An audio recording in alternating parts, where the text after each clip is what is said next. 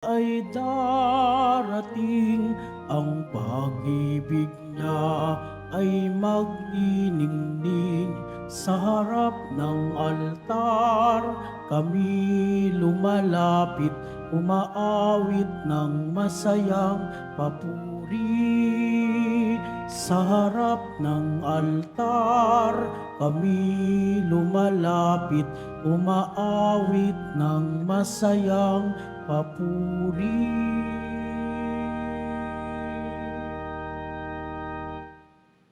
Sa ngala ng Ama at ng Anak at ng Espiritu Santo, Amen. sumainyo ang Panginoon. At sumairin. Mga kapatid, tinipon tayo bilang kaanib ng angkan ng Diyos, kaya dumulog tayo sa maawaing Panginoong nagpapatawad ng lubos.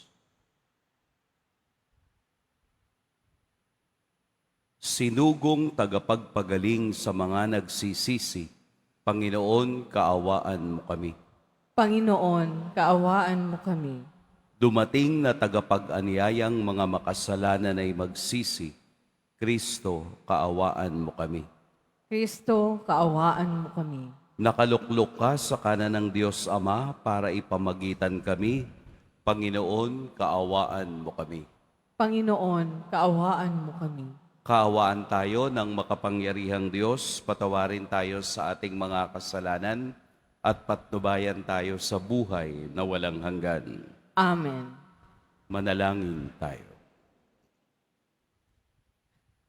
Ama naming makapangyarihan, ituro mong ihanda namin ang daraanan ng Mesiyas. Huwag mong ipahintulot na panghinaan ng loob, kaming itinataguyod ng kagalingang ngayoy iyong dulot. Sa pamamagitan ni Hesukristo, kasama ng Espiritu Santo, magpa sa walang hanggan. Amen. Magsiupo po ang lahat. Pagbasa mula sa aklat ni Propeta Isaías. Saan ninyo ngayon ipapaaris ang Diyos? Siya'y kanino itutulad? Tumingin kayo sa sangkalangitan. Sino ba ang lumikha ng mga bituin? Sino ba ang sa kanila'y nagpapakilos at isa-isang tumatawag sa kanilang pangalan? Dahil sa kanyang kapangyarihan, isa may wala siyang nakaligtaan. Israel, bakit ikaw ang nagrereklamo na tila di alintana ng Panginoon ang kabalisahan ito? At tila di pansin ang iyong kaapihan? Di ba ninyo alam, di ba ninyo talos na itong Panginoon ang walang hanggang Diyos? Siya ang lumikha ng buong daigdig, hindi siya napapagod. Sa isipan niya'y walang makakatarok. Ang mga mahina't nagpapagal ay pinalalakas. Kahit kabataan ay napapagod at naglulupaypay. Ngunit ang nagtitiwala sa Panginoon ay mapapanibagong sigla. Ang lakas nila'y matutulad sa walang pagod na pakpak ng agila. Sila'y tatakbo ng tatakbo, ngunit di manghihina. Lalakad ng lalakad, ngunit hindi mapapagod. Ang salita ng Diyos. Salamat sa Diyos. Panginooy papurihan, abakong sariling buhay. Panginooy papurihan, abakong sariling buhay. Panginooy papurihan, purihin mo kaluluwa. Ang pangalan niyang banal, purihin mo sa tuwina. Ikaw, aking kaluluwa, ang Diyos ay papurihan, at huwag mong lilimutin yaong kanyang kabutihan. Panginooy papurihan, abakong sariling buhay. Ang lahat kong kasalanay, siya ang nagpapatawad. Ang anumang aking sakit, ginagamot niyang lahat. Sa bingit ng kamatayan, ako ay inililigtas. at pinagpapala ako sa pag-ibig niya't habag. Panginooy papurihan, abakong sariling buhay. Kay ganda ng kalooban, mahabagin itong Diyos. Kung magalit ay banayad, kung umibig naman ay lubos. Kung siya'y magparusa, di katumbas ang pagsuway, di niya tayo sinisingil sa nagawang kasalanan. Panginooy papurihan, abakong sariling buhay. Magsitayo na po ang lahat.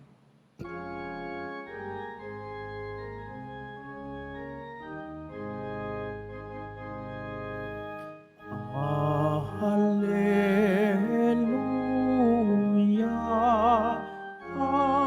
Hallelujah, Hallelujah, Hallelujah.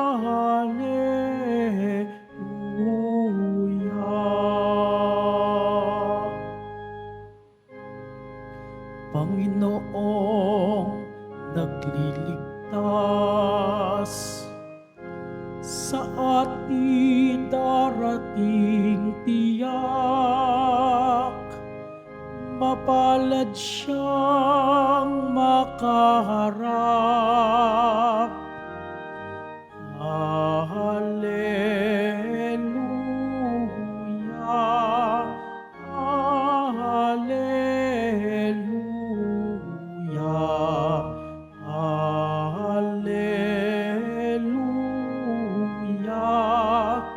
Hallelujah.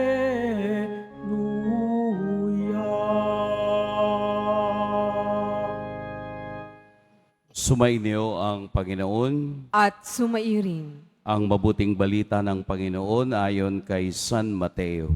papuri sa iyo, Panginoon. Noong panahong iyon, sinabi ni Jesus, "Lumapit kayo sa akin, kayong lahat na napapagal at nabibigatan sa inyong pasanin, at kayo'y pagpapahingahin ko. Pasanin ninyo ang aking pamatok at mag-aral kayo sa akin. Ako'y maamo at mababang loob at makasusumpong kayo ng kapahingahan para sa inyong kaluluwa, sapagkat maginhawang dalhin ng aking pamatok at magaan ang pasaning ibibigay ko sa inyo." Mga kapatid, ang mabuting balita ng Panginoon. Pinupuri ka namin, Panginoong Hesus Kristo. Magsiupo po ang lahat. Magandang umaga po sa lahat. Napaka-consoling ng ating ebanghelyo ngayon.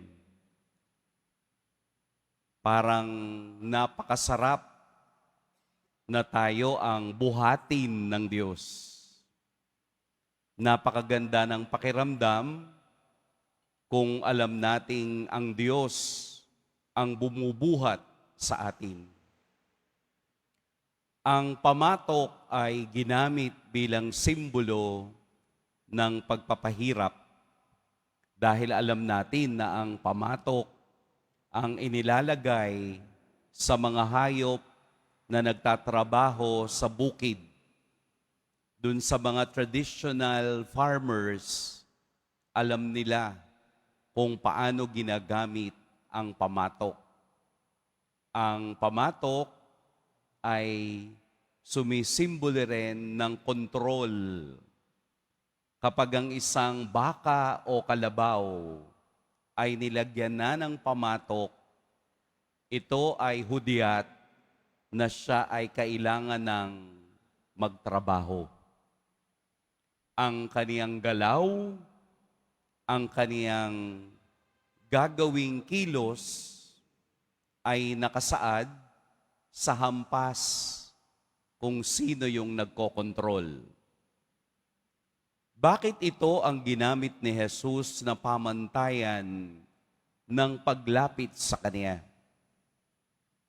Dahil ang mga eskriba at pariseo ay mayroong halos bawat araw ay may mga batas na ipinatutupad.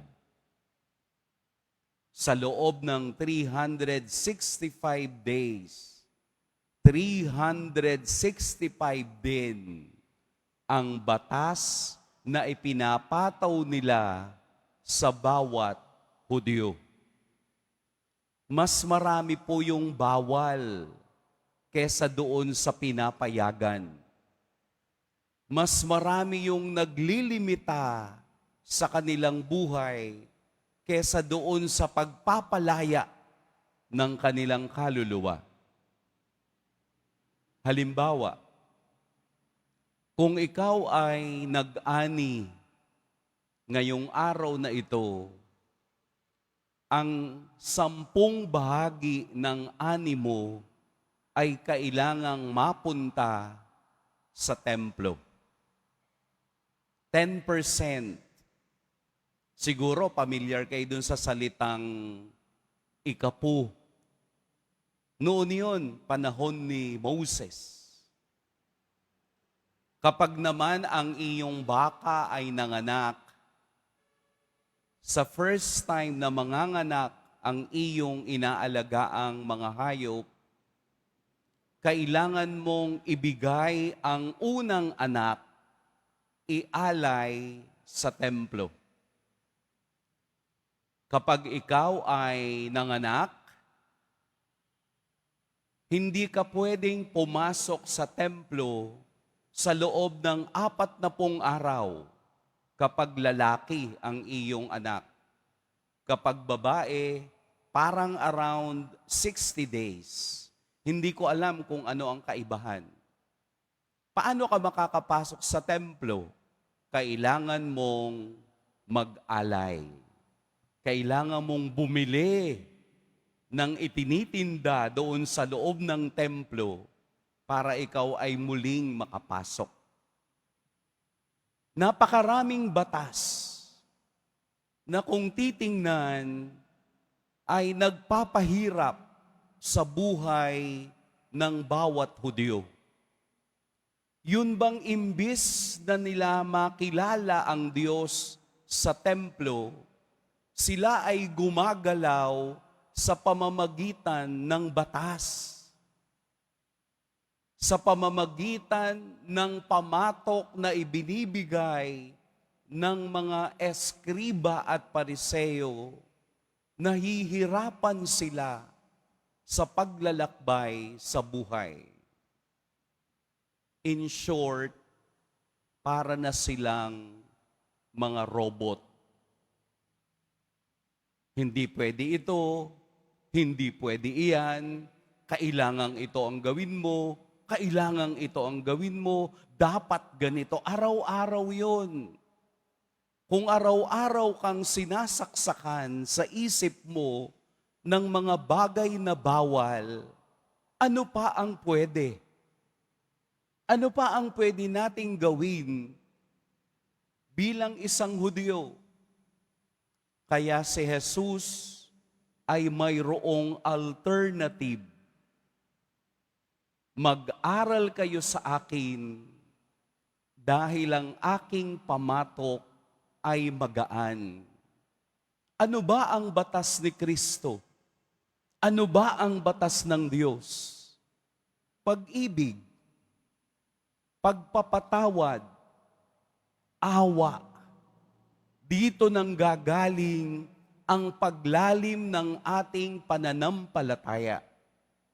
Dito pumapasok ang katotohanan na ang tao ay kaugnay sa iniisip ng Diyos.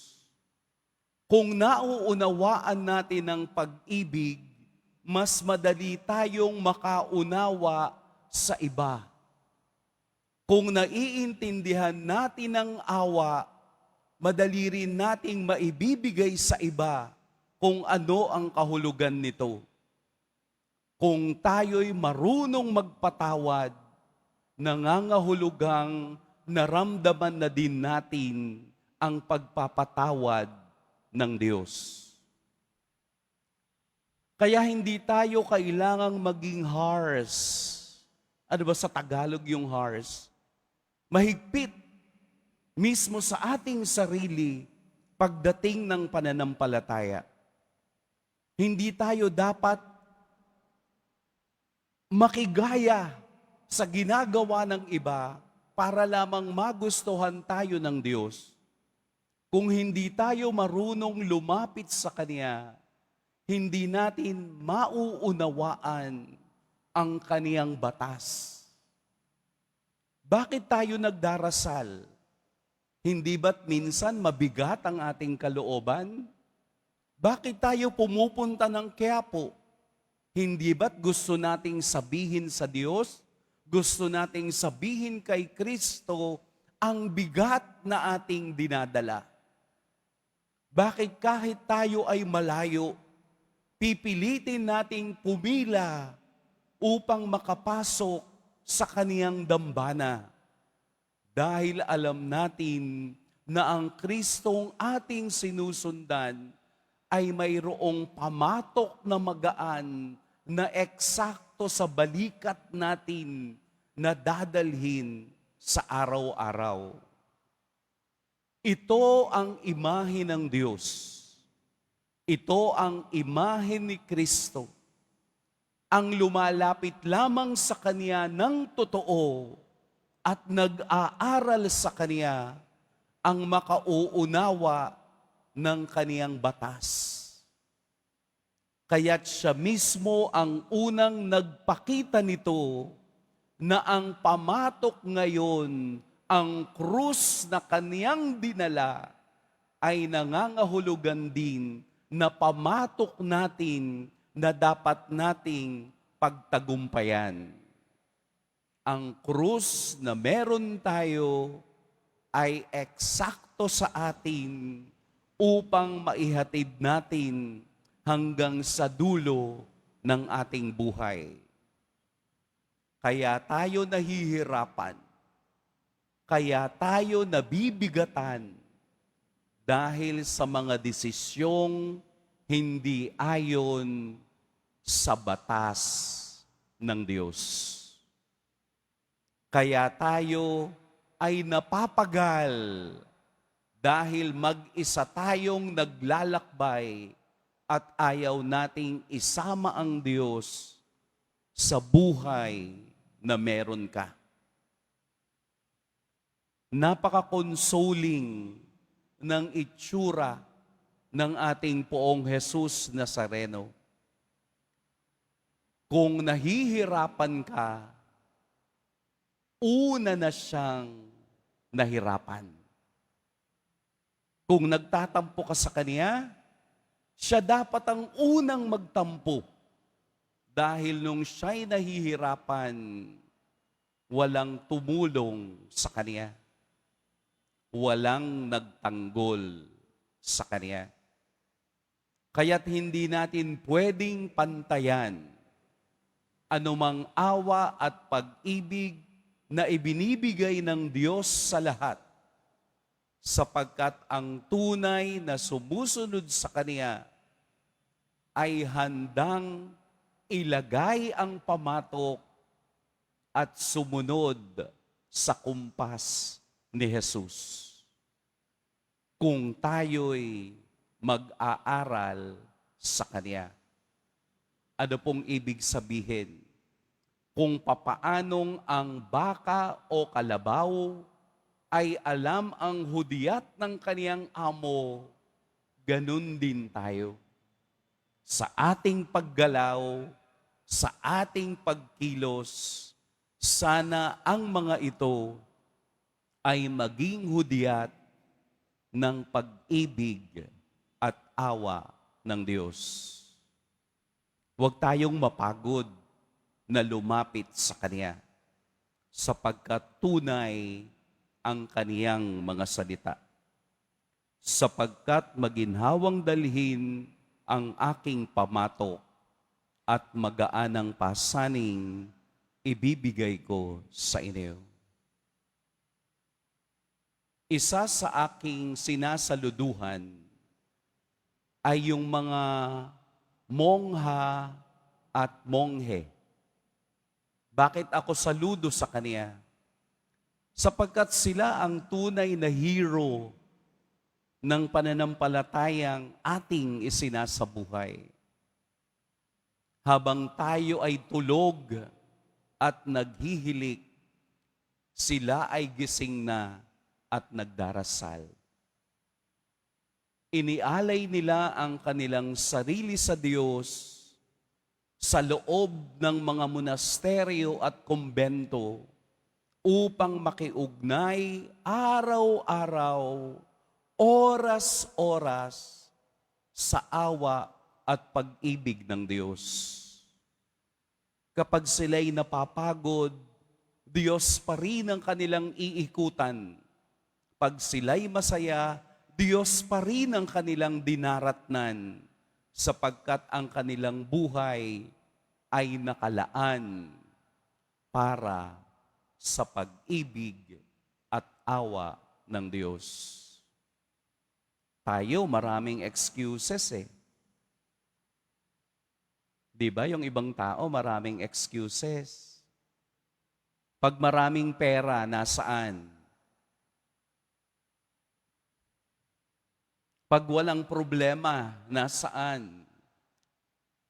Pag walang dinadala, nasaan? Nawawala ang koneksyon sa Diyos. Nararamdaman lamang na may Diyos kapag naghihirap na. Kapag meron ng nadarama sa katawan na siya rin ang may gawa. Hindi ba't unfair iyon sa Diyos?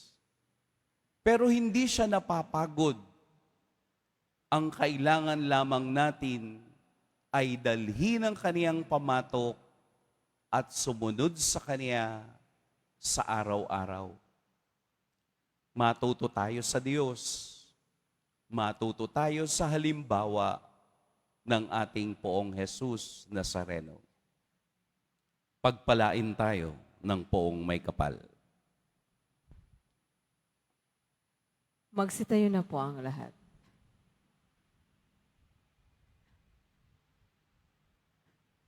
Minamahal kong mga kapatid, sinabi ni Jesus, lumapit sa akin lahat kayong nahihirapan at may pinapasan at pagiginawahin ko kayo. Buo ang tiwala sa pangakong ito, idulog natin sa Kaniyang ating mga pangangailangan. Jesus, maawa ka sa amin. Jesus, maawa ka sa amin. Ang Santo Papa at mga obispo ng simbahan, naway gabayan tayo sa daan ng kapayapaan at pagkakasundo, manalangin tayo. Jesus, maawa ka sa amin. Ang mga pinanghihinaan ng loob dahil sa mabibigat na pasanin sa buhay, naway makahanap ng kanlungan sa Panginoon, manalangin tayo. Jesus, maawa ka sa amin. Ang mga naliligalig o nagdaranas ng kaguluhan ng isip, naway makatagpo ng kapanatagan kay Kristo, manalangin tayo. Jesus, maawa ka sa amin. Ang mga pinahihirapan ng karamdaman at pananakit ng katawan, naway makatagpo ng ginhawa at paggaling sa pangangalaga at malasakit ng mga taong kumakalinga sa kanila, manalangin tayo. Jesus, maawa ka sa amin. Ang mga nabayapa na ay makatagpo nawa ng walang hanggang kapahingahan, manalangin tayo. Jesus, maawa ka sa amin. Sa ating katahimikan, ating sabihin sa Diyos ang lahat ng ating dapat gawin at dapat sundin.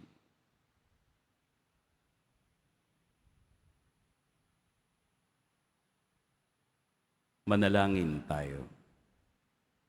Jesus, maawa ka sa amin. Ama naming nasa langit, ipinangako sa amin ng iyong anak na kami ay kaniyang pagiginhawahin kapag kami ay nahihirapan. Loobin mo na sa tuwin ay makasunod kami sa kaniyang paggabay at palakasin kami upang maging mga kasangkapan ng kaniyang kapayapaan Hinihiling namin ito sa pamamagitan ni Kristong aming Panginoon. Amen. Magsiupo po na po ang lahat.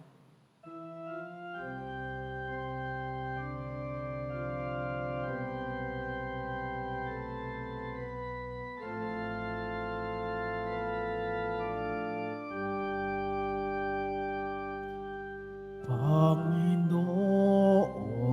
Diyos Ama, aming handog ngayon ang alak at tinapay dala sa altar mo. Pati puso namin isip tinataas sa'yo habang naghihintay kami kay Kristong darating.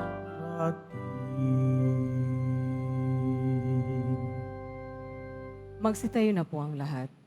Madalangin kayo mga kapatid upang ang paghahain natin ay kalugdan ng Diyos amang makapangyarihan. Tanggapin nawa ng Panginoon itong paghahain sa iyong mga kamay, sa kapurihan niya at karangalan, sa ating kapakinabangan, at sa buong sambayanan niyang banal. Ama naming lumikha, maiahin nawang lubos ang matapat naming paglilingkod sa pagganap sa itinatag ng iyong anak at sa pakikinabang sa iyong pagtubos sa aming lahat. Sa pamamagitan ni Hesu Kristo, kasama ng Espiritu Santo, magpa sa walang hanggan. Amen. Sumainyo ang Panginoon. At sumaiyo rin. Itaas sa Diyos ang inyong puso at diwa. Itinaas na namin sa Panginoon. Pasalamatan natin ang Panginoong ating Diyos. Marapat na siya ay pasalamatan. Ama naming makapangyarihan, tunay ngang marapat na ikaw ay aming pasalamatan sa pamamagitan ni Hesu Kristo na aming Panginoon. Siya'y isinugo mo upang matupad ang iyong magandang balak para sa lahat. Hindi niya ikinahiyang mamuhay ng mahirap upang mapakisamahan niya kaming matapat. Siya'y naging hindi na iba sa amin upang maitampok niya kami sa iyong piling. Sa kaniyang lantarang muling pagdating, ang pakikisama niya ay puspusang magniningning at ang pangako niyang kapanapanabik ay inaasahan naming lubos na makakamit. Kaya kaisa ng mga anghel na nagsisiawit ng papuri sa iyo nang walang humpay sa kalangitan, kami nagbubunyi sa iyong kadakilaan. Santo, Santo, Santo, Panginoong Diyos ng mga hukbo, napupuno ang langit at lupa ng kadakilaan mo. Usana sa kaitaasan. Pinagpala ang naparirito sa ngalan ng Panginoon. Usana sa kaitaasan. Magsiluhod po ang lahat. Ama naming banal, ikaw ang bukal ng tanang kabanalan. Kaya't sa pamamagitan niyong Espiritu, gawin mong banal ang kaloob na ito upang para sa amin maging katawan at dugo ng aming Panginoong Heso Kristo. Bago niya pinagtiis ang kusang loob na maging handog, hinawakan niya ang tinapay, pinasalamatan kaniya, pinaghati-hati niya iyon, iniabot sa kaniyang mga alagad at sinabi, tanggapin ninyong lahat ito at kanin. Ito ang aking katawan na ihahandog para sa inyo.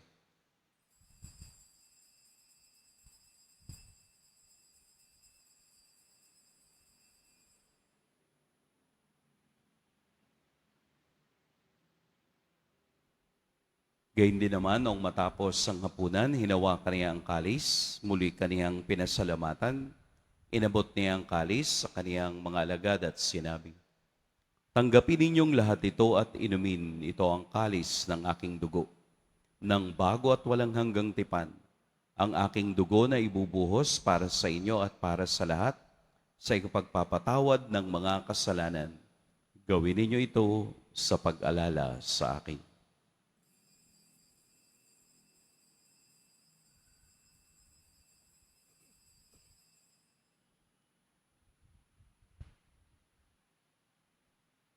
Magsitayo na po ang lahat. Ipagbunyi natin ang misteryo ng pananampalataya. Si Kristo'y namatay, si Kristo'y nabuhay, si Kristo'y babalik sa wakas ng panahon. Ama, ginagawa namin ngayon ang pag-alala sa pagkamatay at muling pagkabuhay ng iyong anak. Kaya't iniaalay namin sa iyo ang tinapay na nagbibigay buhay at ang kalis na nagkakaloob ng kaligtasan. Kami nagpapasalamat dahil kami iyong minarapat na tumayo sa harap mo para maglingkod sa iyo. Isinasamo namin kaming magsasalo-salo sa katawan at dugo ni Kristo ay mabuklod sa pagkakaisa sa pamamagitan ng Espiritu Santo. Ama, lingapin mo ang iyong simbahang laganap sa buong daigdig. Puspusin mo kami sa pag-ibig, kaisa ni Francisco na aming Papa at ni Jose na aming Obispo at ng Tanang Kaparian. Alalahanin mo rin ang mga kapatid naming nahimlay nang may pag-asang sila'y muling mabubuhay, gayon din ang lahat ng mga pumanaw. Kaawaan mo sila at patuloyin sa iyong kaliwanagan. Kaawaan mo at pagindapating kaming lahat na makasalo sa iyong buhay na walang wakas.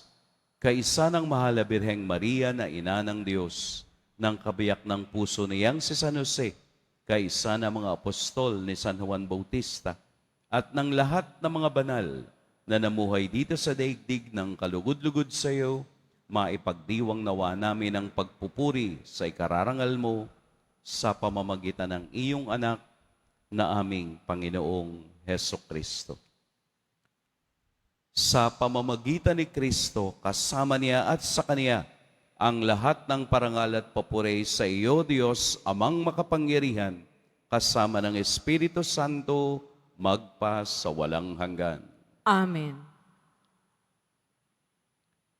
Sa tagubilin ng nakagagaling na utos at sa turo ni Jesus na Panginoon natin at Diyos, ipahayag natin ng lakas loob.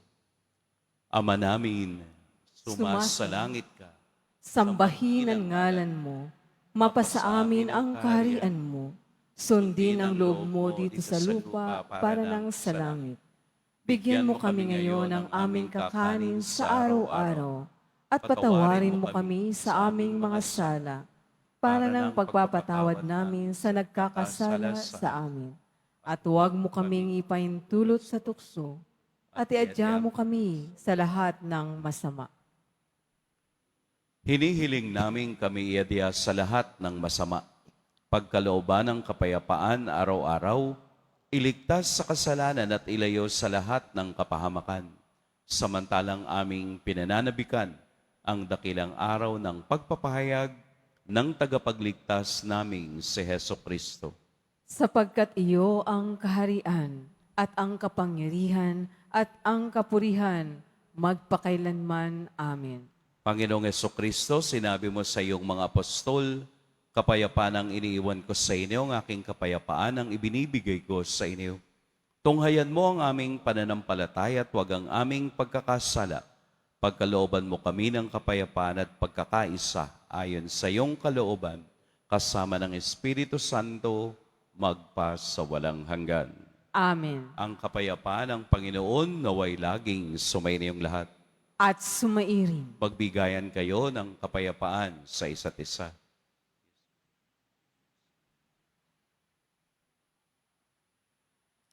Kordero ng Diyos na nag-aalis ng mga kasalanan ng sanlibutan, maawa ka sa amin. Kordero ng Diyos na nag-aalis ng mga kasalanan ng sanlibutan, maawa ka sa amin. Kordero ng Diyos na nag-aalis ng mga kasalanan ng sanlibutan, ipagkaloob mo sa amin ang kapayapaan. Magsiluhod po ang lahat. Narito si Jesus ang ating tunay na pahinga. Ito ang kordero ng Diyos. Ito ang nag-aalis ng mga kasalanan ng sanlibutan. Mapapalad ang inaanyayahan sa kaniyang piging. Panginoon, hindi ako karapat-dapat na magpatuloy sa iyo. Ngunit isang salita mo lamang ay gagaling na ako.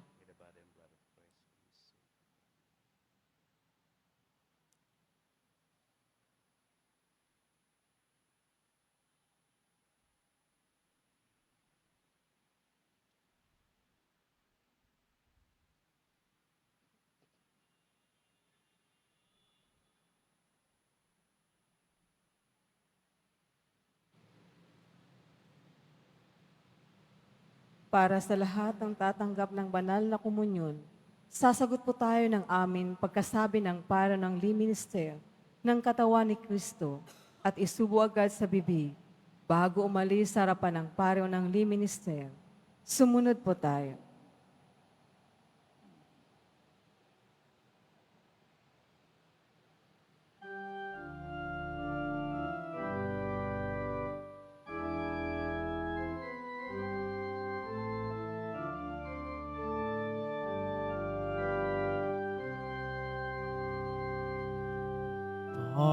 Panginoon, hanggang kailan kami sa iyo'y maghihintay? Halika na, magbalik ka, pangako mo'y din mo na. Sa sandali ng kasiyahan, panahon ng kasaganahan, ika'y pinasasalamatan, biyayang dulot mo'y walang hanggan. Panginoon, hanggang kailan kami sa iyo'y maghihintay? Halika na, magbalik ka, pangako mo'y tupin mo na. Panginoon, hanggang kailan kami sa iyo'y maghihintay? Halika na, magbalik ka, pangako mo'y tupin mo na.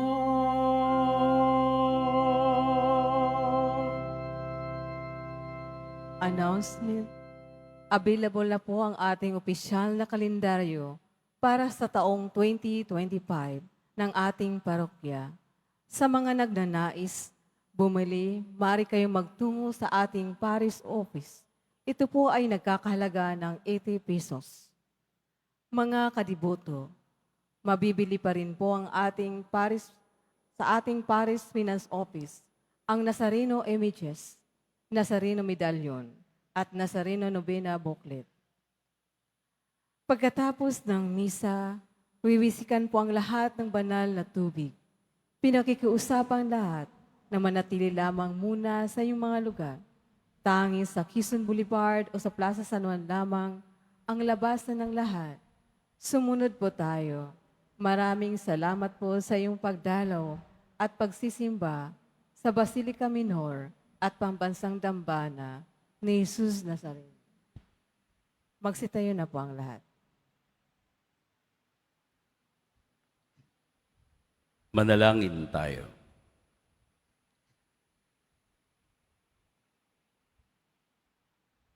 Ama naming mapagmahal, ang pinagsaluhan namin ngayon sa ikapagpapatawad ng mga kasalanan ay magpaging dapat nawang kami maging handa para sa Pasko ng pagsilang ng iyong anak na siyang namamagitan kasama ng Espiritu Santo magpa sa walang hanggan. Amen. Sumainyo ang Panginoon. At sumairi. Yumuko kayo para sa pagbabasbas. Mahal na poong Jesus Nazareno, inihayag mo sa pamamagitan ng krus ang walang maliw na pag-ibig ng Diyos sa sangkatauhan. Pakinggan mo ang kahilingan, lalo na para sa mga nangangailangan ng iyong tulong at awa. Makamtanawa namin ang iyong kasagutan na may utang na loob na tinatanaw. Basbasan din po ninyo itong mga imahen at dasalan upang lalo kaming manalangin at magtiwala. Sa pamamagitan ng bendisyon na ito, naway lalo kaming maging mapaglingkod, masunurin at tapat sa iyo na aming maluwalhating Panginoon, magpa sa walang hanggan. Amen. At pagpalain kayo ng makapangyarihan at mapagmahal na Diyos, ang Ama at Anak at Espiritu Santo. Amen. Pumayo kayong taglayang kapayapaan ng Poong Jesus Nazareno. Salamat sa Diyos.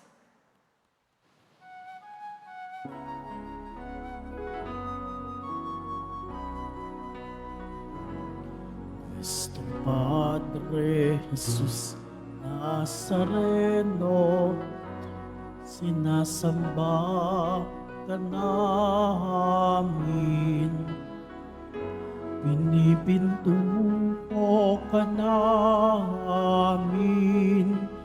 aral mo ang aming buhay at kaligtasan. Jesus Nazareno, iligtas mo kami sa kasalanan. Ang krus mong hinamatayahan ay sagisag ng aming kaligtasan. Nuestro Padre Jesus Nazareno, dinarangal ka namin. Nuestro Padre Jesus Nazareno, dilulwalhati ka namin. Nuestro Padre Jesus Nazareno, dinarangal ka namin. Nuestro Padre Jesus Nazareno, walhati ka namin.